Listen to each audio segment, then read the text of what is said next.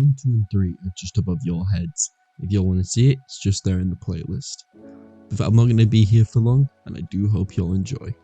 Also, 1 second, like the video and subscribe because we do post bangers like this every single 2 days. So, hope you'll enjoy. Izuku has seen many things in her short life, a given in a world of heroes and villains. But hell was different, and definitely from the stories many of Hisashi's friends would tell her.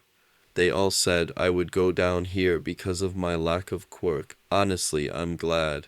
She thinks as she holds Stola's hand as he and Blitzo leads her inside the mall area. Honestly, hell was a lot like life was on Earth, just with more focus on sex, drugs, and a lot more chetoic. Now you would obviously think that an 8-year-old human would be traumatized by being in hell. Well, she wasn't, and it wasn't just because she was possessed by a demon.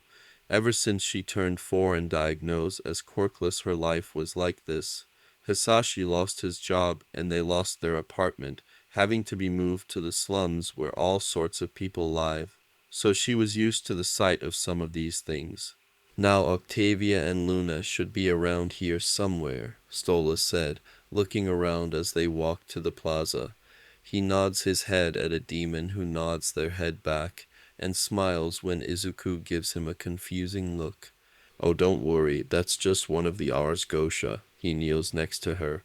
I know that this might sound shocking, but in fact the Ars Gosha is in charge of keeping things in a bit order.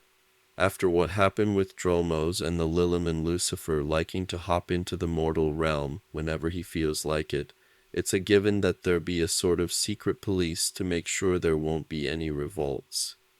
Yen and Stola's family is absolutely the best at it. Izuku turns to Blitzo. The Ars Gosha are known as the watchdog of the king, or the aristocrats of evil. I'm not that good, Blitzy, Stolas chuckles, his feathers fluffed up. I just listen to the orders King Ball gives me, which are in fact orders given to him by King Lucifer. We just deal with the rats that plague hell. He then blinks. Oh, there they are. Izuku turns to see 2 demons walking over to them. Both girls, one looked a lot like Stola's, lanky with an unkempt coat of gray feathers. Instead of red eyes, she had pink eyes with bright pupils, while below each of her areas are 2 tear-like streaks. She had Stola's white mask, which reminded her a lot like a barn owl's face. She was wearing a pink glittery dress underneath a dark feather shawl around her shoulders. Standing next to her was a demon with a wolf-like appearance, with a pointed dog-like muzzle that had very sharp and pointy teeth and a dark gray nose. Her eyes have red sclere with white irises, and she was wearing dark gray eyeshadow along with a piercing on her right eyebrow. Her fur was white with gray encircling her face. Gray patches on her shoulders and long, voluminous silver hair swept to the side to reveal her dark gray ears, which Izuku noticed that the right was pierced while the left was ragged. Her dark gray bushy tail swept to the side as she walked over. Her clothes were cool too. She was wearing a spiked black choker that really matched well with the tattered gray, off-the-shoulder crop top that was held up at the neckline by a series of crisscross spaghetti straps that formed an inverted pentagram. Her shorts were tattered too at the helms, with a crescent moon detail on the right side. Blitzo squeals and runs over to the wolf with his arms spread wide, but she easily stops him by putting her hand up and holding him back by the face. Ugh, Blitzo, fucking stop it. We're out in public. Izuku blinks at her. For some reason, she reminded her of how Kachin acted when his dad tried to give him a hug in public. Oh, but I can't help it, Looney. I miss you when you're in college. Blitzo gushed with pride shining in his eyes. It made Izuku's stomach churn a bit. Why couldn't Hisashi look at her like that? Why did it matter if she was quirkless or not? She blinks when her hand was squeezed and looks up at Stola's, who gives her a smile. So you were really telling the truth, the owl demon said, looking at Izuku. You're adopting a human. Izuku shuffles on her feet a bit, and she smiles. Well, welcome to the family, I guess, she shrugs. Name's Octavia.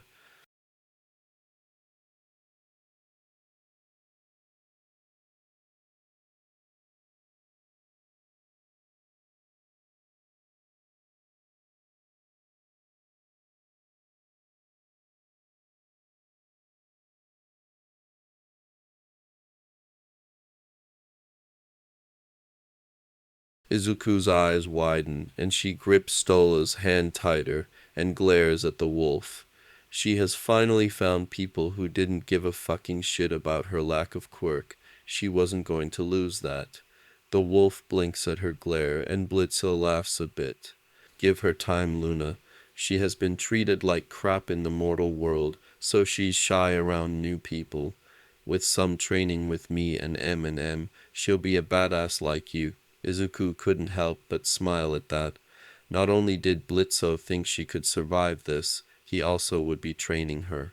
She started bouncing on her toes, thinking about the training. That means she could be a hero. She remembers Kachin always saying she should sign up for a dojo or something, but Izuku couldn't, not even when he volunteered about asking his old man to pay for lessons. But she couldn't. Not only because of Hisashi saying she was being a burden again, but also with how they could have reacted with her lack of quirk. Luna raises an eyebrow at her, but then shrugs. Whatever, I don't give a fuck what you do. She shakes her head. So what's the plan? I know you said we're shopping. Stolas nods his head. That is right. Not only do we need to buy regular clothes for her, but also baby clothes, a crib. He begins to mumble out supplies, while Izuku looks at him in confusion. But I'm 8. I don't need that baby stuff. Well, yes, I know. Stolas chuckles. But the spell that will make you into our child will first turn you in an egg. He then churs, his red eyes glowing. Oh, I will have to bring out my do-it-for egg poster. Octavia groans at this. Dad, please don't. Her face glows a bright purple while glaring at Stolas. Oh, but Octavia, darling, it motivated me. He then gently picks Izuku up, holding her close to him, and it will motivate me once more. Just to say if we're there for her hatching, tell us when it's over. Octavia said, giving Stolas a look while Blitzo turns to her with confusion. It's really disgusting when she's going to hatch from her egg. She's going to eat the eggshell. Going to be her first meal after using so much energy into breaking the shell. Luna shivers. Yeah, count me out from seeing that too. Stolas chuckles while Blitzo rolls his eyes, neither of the four realizing that someone was watching. Well, I'll be. The little hit stain was right about a human being brought here. The demon's many legs tapped the ground in anticipation, antennas twitching as he pulled out his Vox phone. He keeps his eyes on the group with a little human as it rings. He chuckles as soon as the ringing stops, and he hears growls coming from the other end. Falcon, your little human. I thought you were crazy strings, but it seems you haven't completely lost your mind. How long until you bring her to me? The voice on the other end snarls impatiently.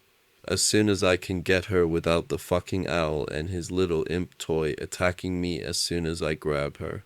Hopefully it will be soon, but I better get my pay in souls. You making me fucking steal from a prince of the Ars Gosha. It's going to cost you. Listen, you will get your pay. I keep my promises. Just get me the brat. Now. The phone went dead and the demon, known as Ryoha Mukade, glared at it before shaking his head, yellow eyes looking down at the plaza before he smirks. Izuku's eyes were swirling, but she was honestly having fun. First they went to a hair cutter and had her long matted hair cut into something short but stylish.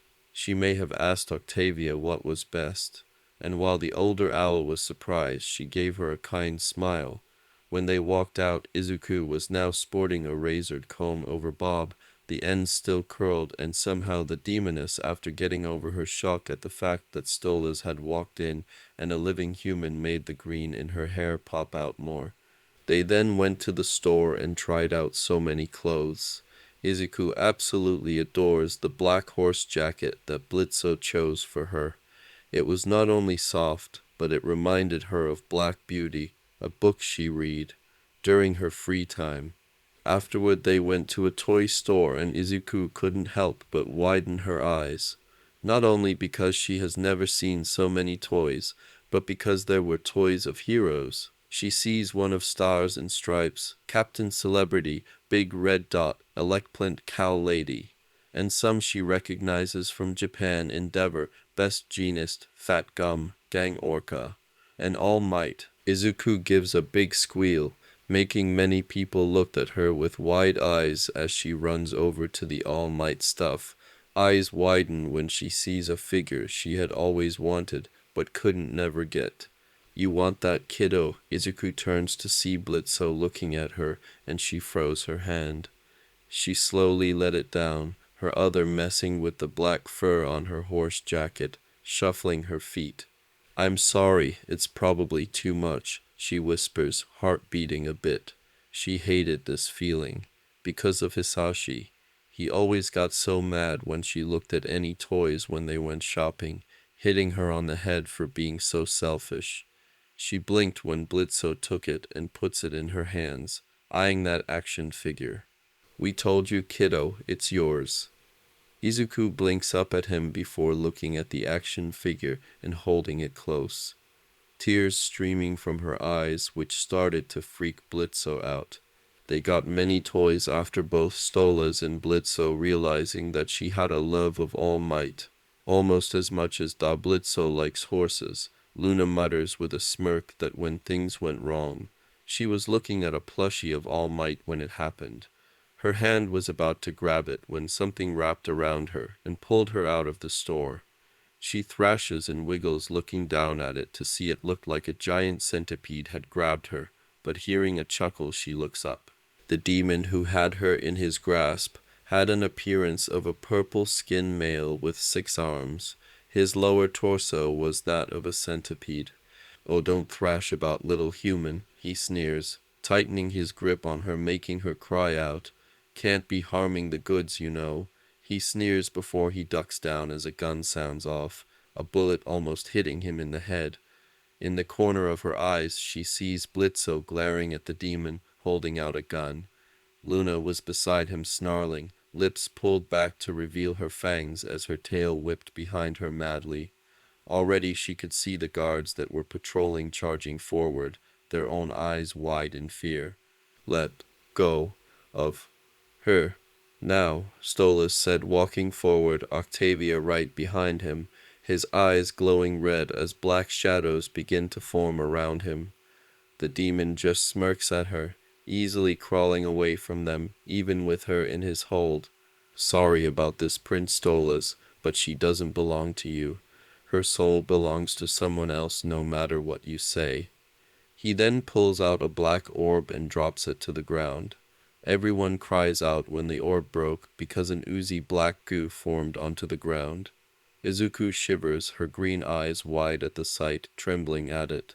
Her mind goes back to her possessing, when she couldn't fight back the demon that was in her body. She then cries out when the demon drops her into the pool, the smell of blood and death hitting her nose. Izuku, Blitzo cries out, trying to grab her, but her arms were already sunk into the shadows. She cries out, trying to get out, feeling Blitzo grabbing the horse jacket, but it easily slips off her before her head is covered in the shadows. So many voices, so many screams of pain filled her ears. A bright orange light was at the end of the tunnel. She didn't care. She wanted out. She wanted out.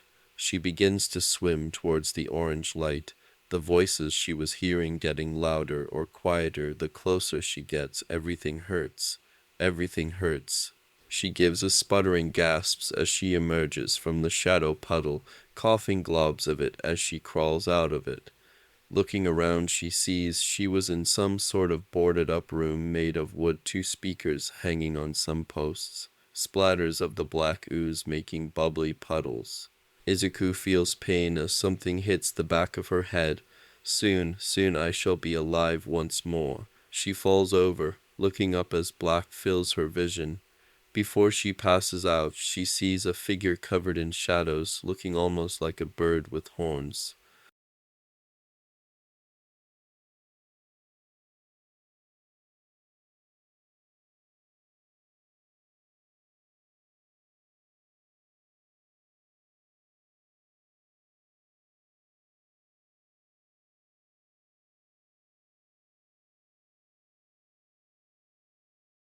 I know a rat such as yourself knows where the rat's nest my daughter was taken.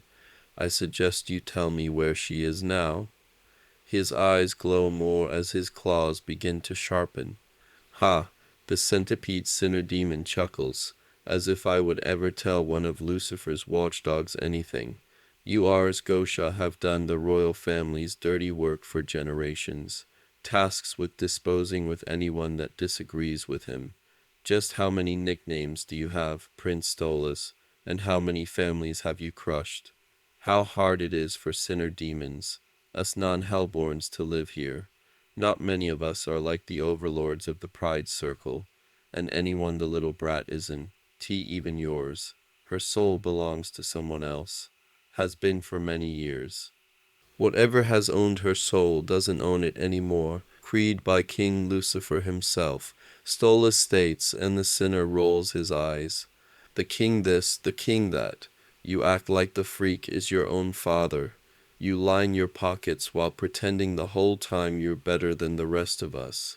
But in the end, we're no different from each other, stuck down here just waiting to be killed during the purges.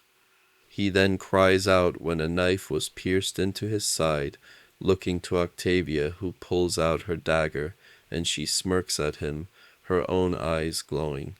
Oh, we're nothing alike, you bastard. Stolas smirks. Very true, my darling Octavia. He then turns to Blitzo and sees Luna taking a sniff of the jacket. Well, it seems we don't even need you anymore. He stares at the sinner demon, ignoring how many of the occupations of the mall were slowly walking away, ignoring the man's eyes as they widen. Luna scoffs at the screams from the bastard, sniffing the air before taking off, following where Izuku's scent was coming, Blitzo and Octavia easily following him. Izuku groans as she slowly opens her eyes, her head pulsing in pain from the hit to it. She sees the man who hit her walking around. Now getting a better look, he seemed to be made out of shadows, a large beak forming where his mouth used to be. Where is that stupid bound hunter? He should be here by now. He blinks his yellow eyes, noticing that Izuku was now awake. Ah, I see our guest of honor is now awake.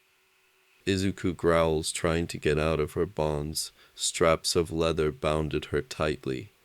The demon chuckle. Oh, don't be like that. I can't have you be too injured until the time of ritual. Ritual? Izuku mumbles, and the demon nods his head. Didn't you want to possess me? Oh, but that wasn't me. That was the demon.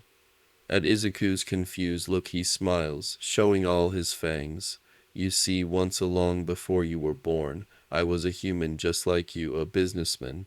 But it turned out that many people didn't like it.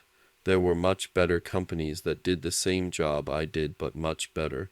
So I needed to up my game. Lucky for me, I knew the best way to get rid of it was to kill them. Turns out, though, that killing so many would create a demon. He shrugs his shoulder as if what were you going to do as he comes closer. But then I took control of that demon. I made it do what I want. When an old friend of mine found out, well, he tried to stop me. I easily took him and cursed him. As long as I had him near me, I could live forever. But then he escaped me, ran to Japan, and then died, which killed me. But now I have you. He pats her on the cheek. You are of his blood, I can smell it. Once I do the ritual and bond my life to yours, I will be alive again. He chuckles even as his face seems to morph a bit, like the bird head was trying to escape. Your crazy Stolas and Blitzo will be here soon and kick your ass. You really think they would let this? She cries out in pain when he slaps her face. They have no say in this. Your soul belongs to me. He snarls before he grabs a cigarette, before he grabs his Vox phone, glaring at Izuku while he puffs on the smoke and growls when someone finally answers. It's about fucking tea time, you answered, Ryoha, or I swear I would kill you. He then freezes, yellow eyes widen when he didn't hear Ryoha, but Prince Stola's on the other end. Pardon me, but this is Prince Stola's of the Ars Gosha. I was wondering if my daughter, you know the little human that you had your bounty hunter take, is with you. He could feel his heart beating, or whatever was in his chest beating. Hello, anyone there? Hoot, Izuku smirks, tilting her head, giving the man a smile. Very good, Izuku. Blitzo and Luna will be there to get you momentarily. The phone went to static as if the other phone was crushed.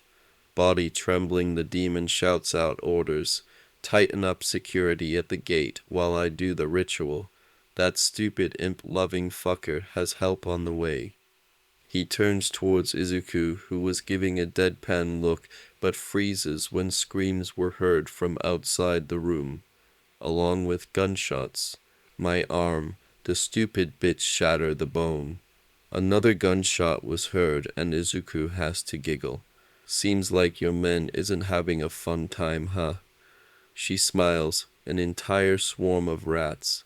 You will get nowhere at that rate with those sort of people. She coughs as he kicks her. A loud snap was heard, and she couldn't help but cough up blood as he stomps and kick on her. Shut up, you fucking brat. That imp and hound can't do anything to save you. Blitzo growls, throwing many of his knives at the heads of the demons who worked for the bastard that took his kid. He watches as Luna lunges, biting into the throat of another, ripping their heads off. Fuck. This is taking longer than I thought, he yells out, pulling out his flintlock pistol to shoot the balls of a bastard that tried to get up. Let's hurry the fuck up and get this over with. I actual food that isn't tea fucking ramen. Blitzo blinks at her. But I know Stolas gives you enough souls for. I go to college, da Blitzo. I don't have time to make a 5-course meal, Luna snorts, rolling her eyes, but then nod her head to the double wooden doors. She's that way. Good. I'm going to give this motherfucking piece of shit a lesson he'll never fucking forget. No one, and I mean no one, takes my daughters. Luna smirks as she follows her dad. Yes, she thinks of him as her dad, but only in her head stomps forward and kicks the door open, seeing what looked like a raven made of shadows, having his arm wrapped around Izuku, with a gun to her head. Listen here, motherfucker, drop the gun, and I may go fucking easy on you. Blitzo growls, hissing like a cat as he glares at the other. She's mine. I had dibs on her before you fucking imps fucked everything up. Theirs is no, you are getting her back. Her body, her soul. It belongs to me before you called in that fucking royal bird. And there's nothing you can do unless you fucking want a hole in her pretty little head. Oh, really? Izuku drops to the ground as the nameless demon screams, his arms snapping and twisting. Luna huffs as Octavia and Stolas comes out of the shadows. About fucking time. Oh, and let Blitzy not have any fun. Stolas chuckles as Octavia easily ripped the bonds off of Izuku. Smiling, he glares at the demon, recognizing them as the one who had possessed Izuku, but raises an eyebrow. Well, well, well, now isn't this interesting? Luna, Octavia, and Izuku watch as Stolas pierces the demon in his chest and pulls. The purple shadows seem to try to cling, the demon screaming before what sounded like flesh ripping off echoes in the room. Stolas was now holding a whimpering purple shadow shaped like a bird. My, you poor thing, forced to be his slave. Well, you're free to go. He released the shadow which flies off. but not before it nuzzles Izuku. Sorry about possessing you, but I didn't want him binding you to him, the demon shadow said before flying off. No, what? What did you do? The other screams, no longer looking like a bird, but a puppet with his stings cut off. He was mine. Who do you think you are? Well, Prince Stolas of Ars Gotia, Stolas chuckles as Blitzo goes over to the girls, putting the horse jacket back onto Izuku, and one angry father. Now, Blitzy, why don't you take the girls home, get Izuku healed up, and have Pringles serve us some dessert? From what I was told before we left, he was making an apple raisin dip pie. Now that sounds fucking good, Blitzo says as he picks up Izuku, cradling her to his chest. Come on, let's get out of this shit hole, he sneers at the puppet demon as he walks by, kicking at him, making Izuku giggle. She then looks up at Luna, who raises an eyebrow at her. You sure you want this, kid? Lots of shit like this is going to happen. Octavia nods. Yep, Dad once told me we're rich and hot. People will want our money and our... She blinks, realizing what she was about to say, and shakes her head. Well, you get the idea. Izuku shrugs. I mean, Stolas and Blitzo said they'll train me right. She ignores the screams of pain and anguish as they leave the rundown building. I'll just have to get stronger so this shit doesn't happen again. Ha, Luna ruffles Izuku's hair. I guess you're all right, kid. And Octavia nods her head. At least Dad will finally stop calling us every hour if there'll be focus on you, Octavia smirks.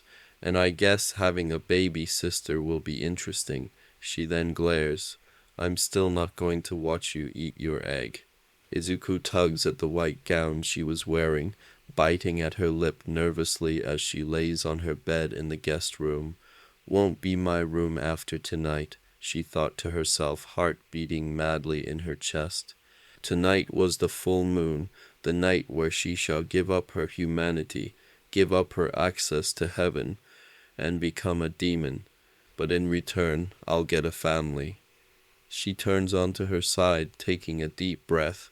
I'll get 2 dads, 2 big sisters, and they'll love me, and I won't fail this time. She grabs the pillow and pulls it to her chest.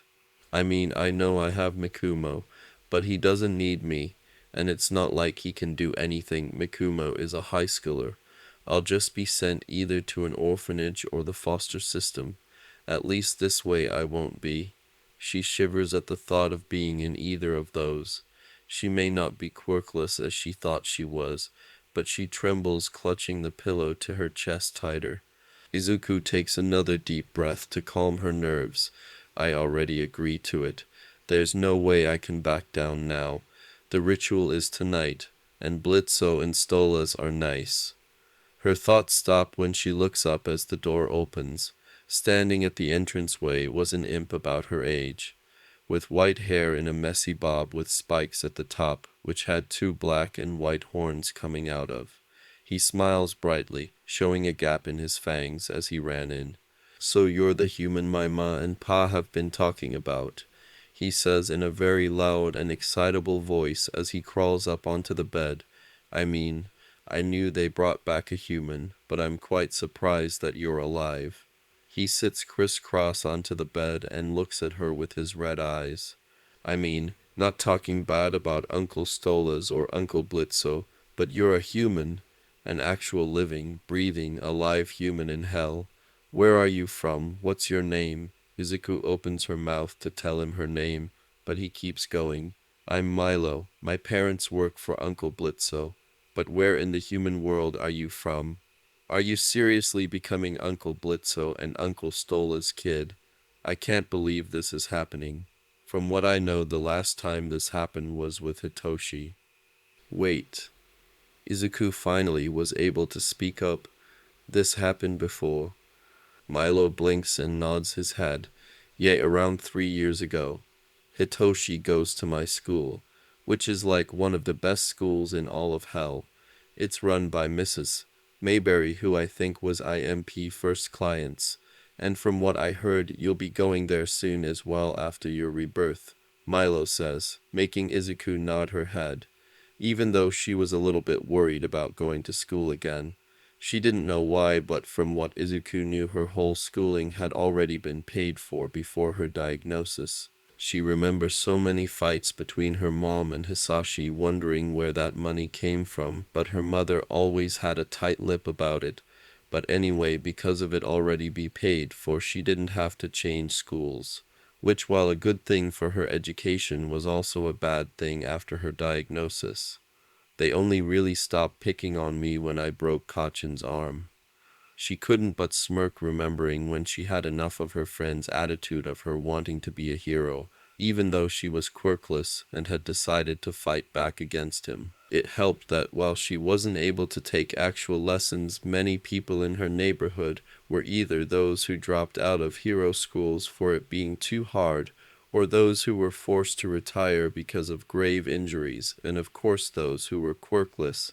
Still, the other kids and teachers stopped messing with her, as if I was going to deal with that shit at school and at home. Izuku thought before turning her attention back to Milo, who shakes his head when he realizes he was going off topic. But yeah, Hitoshi used to be a human, but then he was sold by his human parents to Asmodeus for a deal, Milo said with a grin. And well, from what is known is that Asmodeus and his partner Fizaroli have been wanting a kid for a while, and well, they did the ritual you're about to do tonight. So, there's someone like me down here. Izuku thought to herself before the door opened again and Octavia came in, giving her a kind smile. Izuku gulps and takes a deep breath and smiles back. So, how the fuck does this work? Blitzo asked as he sat on a chair, watching Stolas drawing some sort of scribbles onto the floor with a blood-red chalk. He was pretty sure it was made of blood. Oh, Blitzy, Stolas churs, looking up at him. I don't suppose you know how it used to be, in the old days, when the humans would go into their hell loops. Blitzo raises an eyebrow at that and shrugs. I don't. No, I wasn't born then, Stolas. I'm not as old as you. Stolas chuckles. Well, Blitzo, have you ever wondered how the human souls of hell don't go into their hell loops anymore? How they become known as sinner demons? Blitzo raises an eyebrow at the other. You're going to fucking tell me anyway, so why not? Of course, Stolas laughs before going back to drawing symbols on the floor. It happened when the king grew tired of ruling hell and decided to retire at the time, going to the mortal world. He could fucking do that? Blitzo asks in shock, staring at Stolas. Well, not really, but who was going to force him? Stolas shrugs. Anyway, when he left, the demons who usually guarded the hell loops abandoned their posts and duties to punish them. They began to create what you know hell as it is today, creating cities and establishments, casinos and bars, places where they can get their freak on. He slurs happily, his tail feather rising up, and Blitzo smiles at him. Of course not many like that, especially the Lilim, Andromos the leader of them. They were old school and had tried to get the 7 deadly sins and the Ars Gotia to help rein back control, since it was our duty to do so. But let me guess, you didn't. Blitzo smiles and Stolas nods his head as he stands up and looks over the formula on the floor. Quite right. We actually like how it was becoming. We all thought it was a splendid idea, finally something to do than just tortured the souls day in and day out. But many complain about the humans, about how they could get out, and that is when the idea struck. He walked over to a desk where a black box laid. Blitzo watches him open and his eyes sparkle at the beautiful knife that was in it. The blade was pure black. He was pretty sure it was made out of obsidian, but with a red edge, and the handle looked like a bone, a human's bone. What is that? Blitzo and Stolas turned to see Millie and Moxie come in. Millie was carrying a platter with 2 knives and a goblet, while Moxie was carrying a box of candles. This. Stola's red eyes glow. is a conversion blade, and it is what created sinner demons. He sighs, seeing their confusion in their eyes. What do your schools teach you these days for you to not know of the conversion blade? It is a blade forged in the fires of hell. Each blade has a drop of the first Lilith's blood, one cut, and it turns the human soul into a demon. Convert it. It's why sinner demons fall into pride after their death. They get banned from heaven's gate. A demon cuts them and then throws them into the pride ring. Blitzo finishes staring at the blade. So we're just going to cut her. For once he looked sickened at the thought of cutting up a human. But Zuzi was going to become his daughter, his baby girl. It was his job to protect her, and he didn't want to fail her like that piece of shit that sold her to the cult. Stolas sighs and shakes his head. No, it's unfortunately going to be painful for her, Blitzy.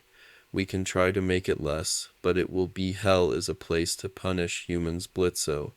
Their demon forms show it, their bodies are twisted. Say if they were killed in a deer hunting accident, they become deer men. Or they get run over, they gain car parts in their bodies. Sometimes they look human enough, but they become monsters that even humans wouldn't think of. Stolas sighs before he takes the platter from Millie, nodding his head in thanks to her.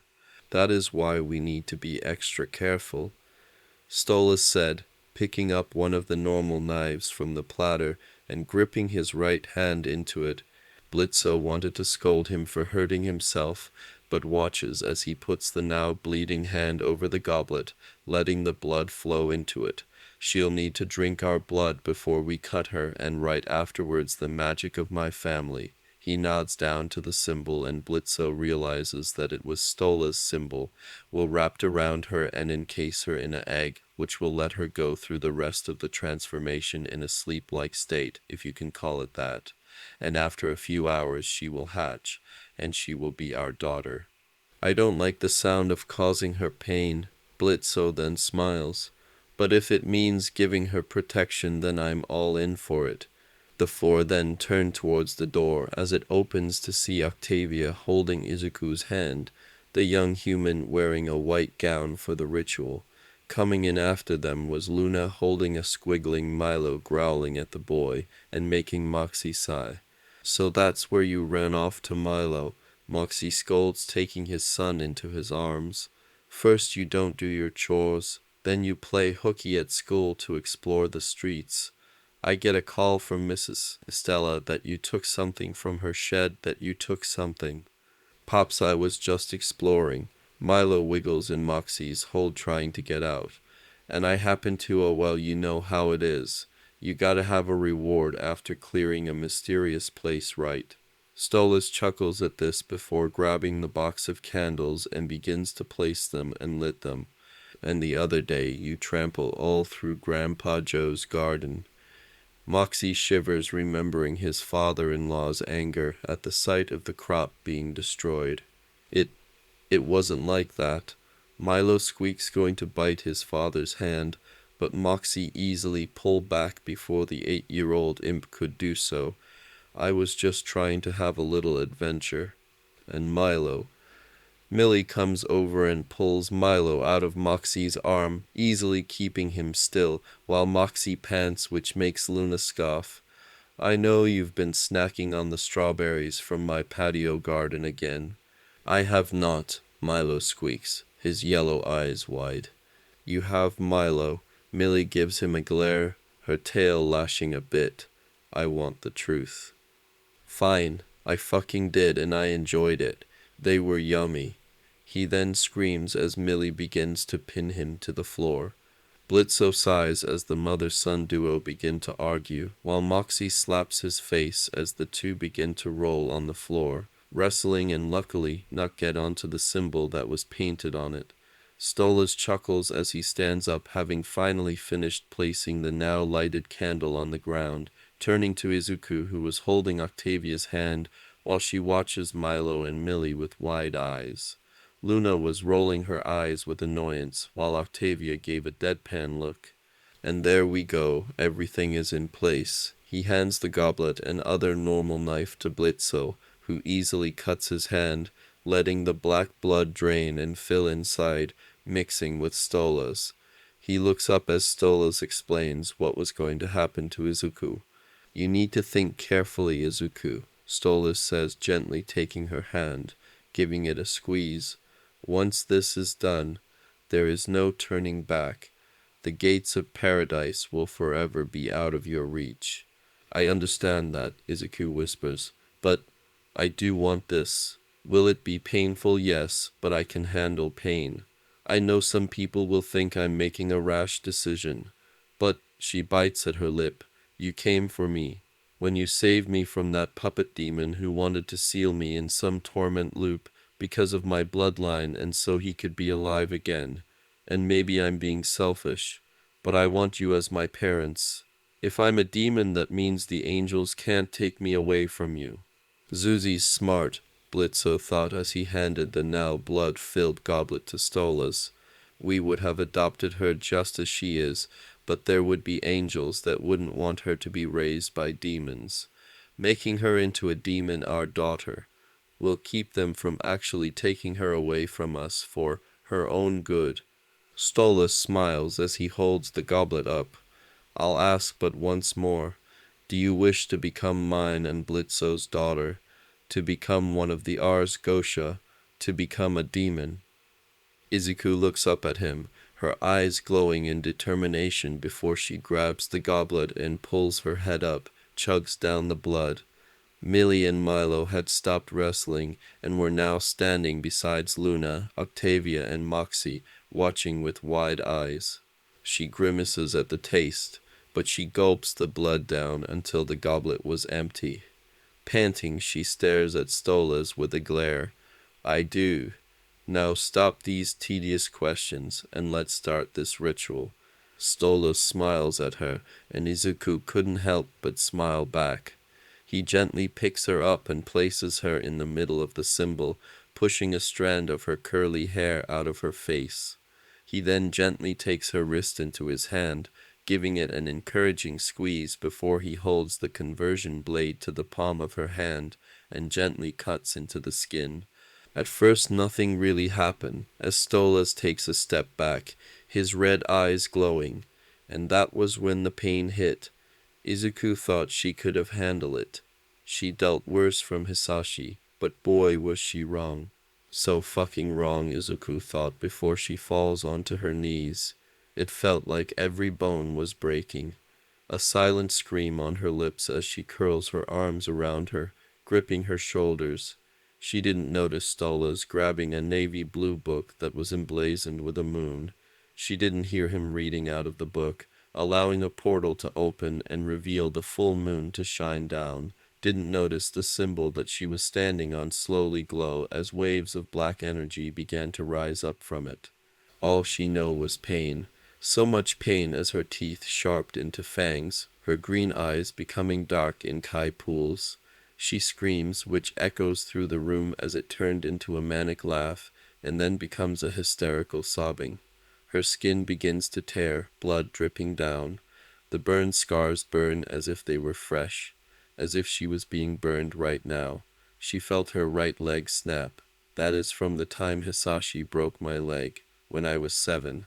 She thought before the pain became worse and worse. She was reliving all the wounds she had over the years, but 10 times worse. She claws at the ground even as her fingers snap, another scream erupting from her throat, which slowly turned into a roar. Tears streaming down her face as the black aura from the symbol slowly wrapped around her. She leans into it, embracing it as it seems to numb the pain at least a little bit. Oh, the pain was still there, making her body throb in agony, but it numbed it. She let it wrap around her, encircled her as it whispers into her head. Years later, when she was asked what it was like feeling the magic of the Ars Gosha embracing her, slowly filling her soul as she turned into a demon, she said it was welcoming, that it whispered in her head she was now the daughter of the Ars Gosha, that it was welcoming her home. Before the aura of the family fully encircled her, the last thing Izuku will remember before she was put in a state of sleep. Well, she wasn't fully sure really, as she knows her mind was being torn apart by the pain, but she was sure she was seeing her heart, which were surrounded by golden flames. Said golden flames begin to flicker, being thrashing in a massive inferno, slowly turning from its golden color to a bright blue as a screech echoes in her head. Stolas watches as the black aura of the Ars Gotia magic slowly died down, the portal that showed the full moon closing. All the candles had gone out as he steps forward, easily pushing his hands into the little puddle of aura that was left. He chuckles hearing Blitzo squeal as he pulls a white egg from its grasp. Oh my Satan, she is so beautiful. Blitzo squeals as he comes over, looking at the pure white egg with flecks of red that was cradled in Stola's arms. His eyes sparkle, which makes Stola's even laugh more, bending to his knee and softly rubbing his face against Blitzo. Both looked up to see Luna, and Octavia come over, and Stolas was happy to see the amazement in Luna's eyes, her tail wagging. She's small. Is the egg supposed to be that small? Luna whispers, looking at it, and Stolas churs. She will be fine. It might just be her imp genes that makes the egg smaller. He slowly rises up and gives a kind smile to Blitzo. Now, let's get her settled into her room. He looks around the room. I'll have Pringles clean this up. And we'll keep watch, Millie said as she threw Milo over her shoulder and grabbed the clearly traumatized Moxie out of the room, making Blitzo snort at his employee.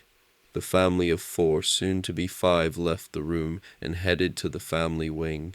Stolas carefully carries the egg in his arm, gently stroking it as Luna opened the door to Izuku's new room. The room itself was nice, with the walls being a burgundy color, the soft carpet below a nice black. The walls were covered with posters of heroes, mostly All Might of course. There was a desk in the corner, having a laptop and many notebooks just waiting to be written into. Against the wall was Izuku's bed. Well, not really a bed, it was actually a nest. It was made with pillows and blankets with pieces of straw and Stola's own feathers. He gently places the egg down, chuckling when he hears Octavia groaning. Dad, did you really have to put that poster up? Octavia glares at the "Do It for Egg" poster that was on the wall. Of course, darling, it's only fair. He smiles at the glare and the small growl, but looks down at the egg, Blitzo jumping in his lap, staring at the egg in awe as they wait for her to hatch. Lucifer groans, arching into his seat as Lilith rises up from his knees, licking her lips. Detective, have I mentioned how much you make me crazy? Lilith chuckles, her white eyes glowing as she stares at Lucifer's own yellow.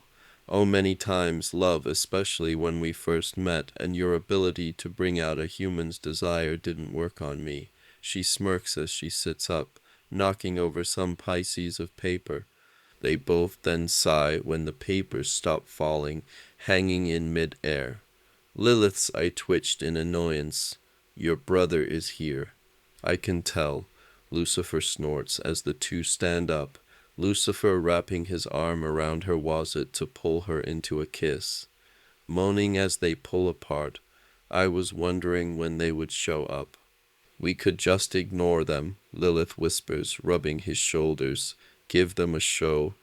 She leans forward, biting at his ear, making him purr. I rather not see you and Lucy having hot sex, Chloe. Both demons turn to see 3 angels landing on the balcony. The one in the middle with dark brown skin and feathers as black as night. He was wearing a gray tunic with matching armbands. Next to him was someone who looked a lot like Lucifer, much to his annoyance.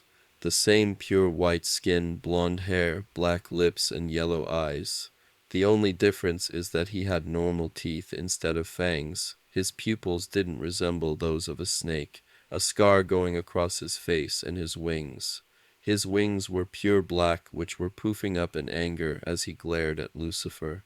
Like Lucifer, he was wearing a suit, a black and gray one. The last angel was a female, with long flowing black hair which was braided at the right ear.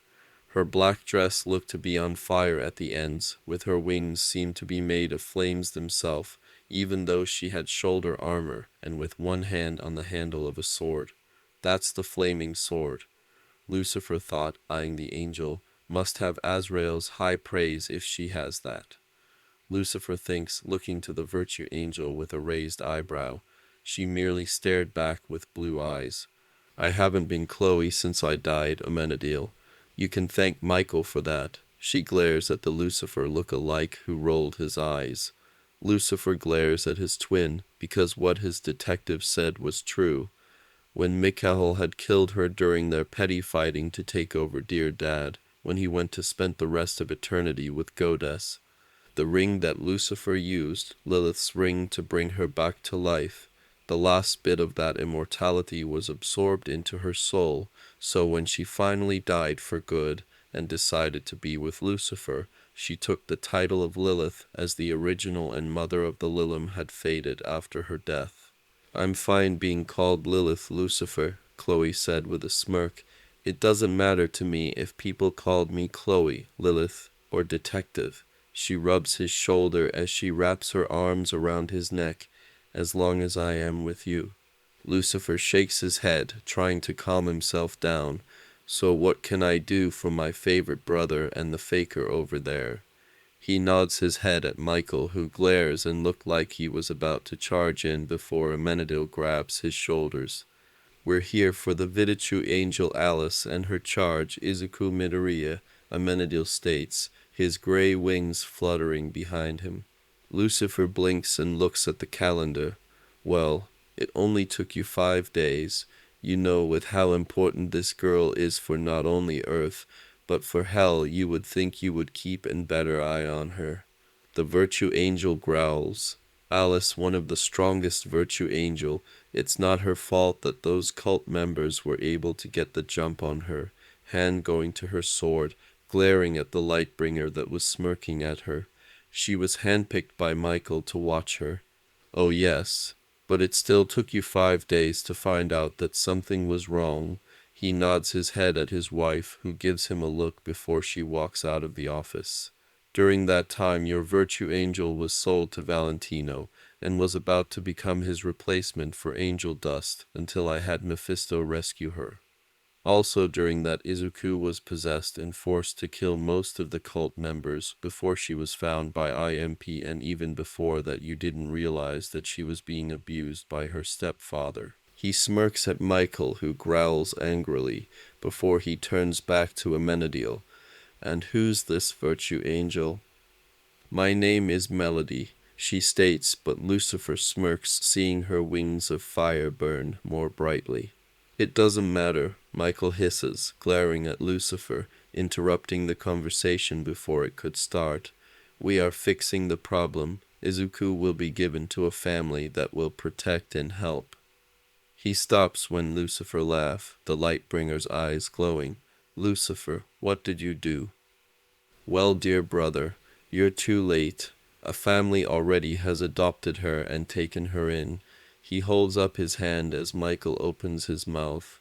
And before you say, oh, we're angels, we know better, you legally can't take her.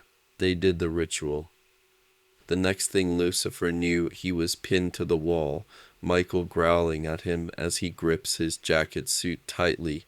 What did you do to my daughter? Oh, so now she's your daughter. Lucifer smirks, grabbing Michael's wrist in his hands, pulling the angel off of him. After all these years of you ignoring her and Inko, he laughs, enjoying the look of shock on his brother's face. What, you don't think I wouldn't notice your celestial fire being on the mortal world? It may be rare these days, brother, but I do still go topside sometimes. What I did, dear brother, was make sure my darling niece gets the family and training she deserves. Prince Stolas of the Ars Gotia and his imp lover. Those two have both raised daughters before, so they'll be the perfect parents. They teach her, they'll love her, they'll be the family that she will need. Smirks as Michael roars, and the Archangel was about to punch him when Amenadiel and Melody grab him by the arms, pulling him away. Michael, stop this at once, Amenadiel orders, glaring at his younger brother, reminding him who was in charge since God left and the reason why Charlie was able to send the redeemed demons to heaven. The eldest never agreed with the purges. He then turns his gaze to Lucifer. Are you sure she will be safe? These two have raised 2 daughters, Lilith said gently, dragging another angel, this one with snow-white hair and pink eyes. Her wings like melodies were made of an element, since they both were virtue angels. This one was made out of pure ice, with flecks of snow, her body wrapped in bandages. Honesty while their past relations have sucked. These two are probably the best fathers she will have. Lilith smirks at Michael as he grits his teeth in rage. And also you can rage all you want. If you actually cared enough, you would have visited her. You would have seen it in your own eyes that she was hurt, that she was crying for help. And don't go in the excuse that you have to limit yourself in mortal affairs. You could have easily dealt with Hisashi and helped Inko. Now Izuku lost her mother because you couldn't get off your damn fucking ass. At least Dan was there for Trixie, unlike you were there for Izuku. Lucifer let his beautiful darling wife rage before he turned to the 4 angels. Well, you got your guardian angel safe and healed from her dreadful ordeal. You don't have to worry about Izuku, she is going to be well taken care of. I think it's time you go, Lucifer growls, feeling his devil face begin to show up, his yellow eyes bleeding into red. Stolas was cuddling with Blitzo, seeing his darling imp about to open, probably to ask how much longer, when a large crack echoed through the room, at least to him and Octavia, who quickly stood up from the nest and grabbed Luna's hand and pulls her out of the room. Stolas chuckles, but he looks down as more cracks, which could only be heard because of his and Octavia's extraordinary hearing from their barn owl demon genes. And there she comes. Stolas gasped, pulling Blitzo closer to him. I'm so excited. His tail feathers swished behind him as he looked rapturously at the egg as it rocked back and forth. A tiny hole appeared, and from it protruded a small spur. Stolas, Blitzo whispers, looking at the hatching egg in awe. What is that? An egg-toothed darling, a pretty, glistening little point. I remember when Octavia was hatching. I must admit this is giving me a thrill. Such a tiny little thing, pecking her way back into the big wide world. Yeah, Blitzo whispers, it does seem like a wonder. The watch as the hole began to split into 2 or 3 cracks, some of the shell being pulled into, and a sort of crunching noise was heard along with little cheeps. I guess this is what Octavia meant by her eating the egg. Stolas nodded his head as the egg shuddered slightly. The cracks grew longer and wider. It seemed to reverberate with another huge cracking sound as it split open and a tiny slimy blob flopped out.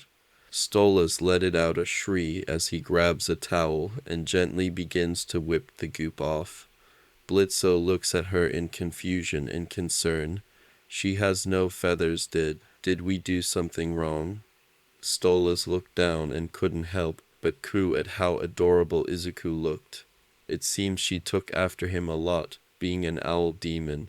She even had his 4 eyes, but the top pair were glowing green, while the bottom pair looked almost the same as her past self, just with the whites now yellow and the pupils being slits, just like an imp's, just like his Blitzy.